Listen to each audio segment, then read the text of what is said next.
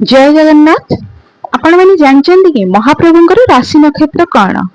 महाप्रभु जेहेतु मानवीय लीला करुचंदी प्रत्येक मनुष्य मानक भली सकाळु राति पर्यंत तांकर दिनचर्या मध्ये होइथाय मानवक भली और से मध्य राशि नक्षत्र तांको सुना जाइथाय प्रत्येक दिन। तो आमर जानिबा आसंतु महाप्रभुंकर राशि नक्षत्र कौन।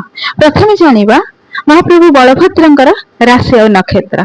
महाप्रभु बलभद्रंकर राशि नक्षत्र है श्रवण नक्षत्र मकर राशि।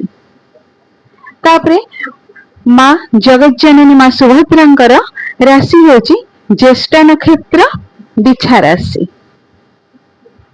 तो आमर ब्रह्मांड ठाकुर महाप्रभु जगन्नाथंकर राशि होची रोहिणी नक्षत्र वृष राशि। वीडियोटी आपको केमती लगिला निश्चिंत कमेंट करके जणाइबे। जय जगन्नाथ।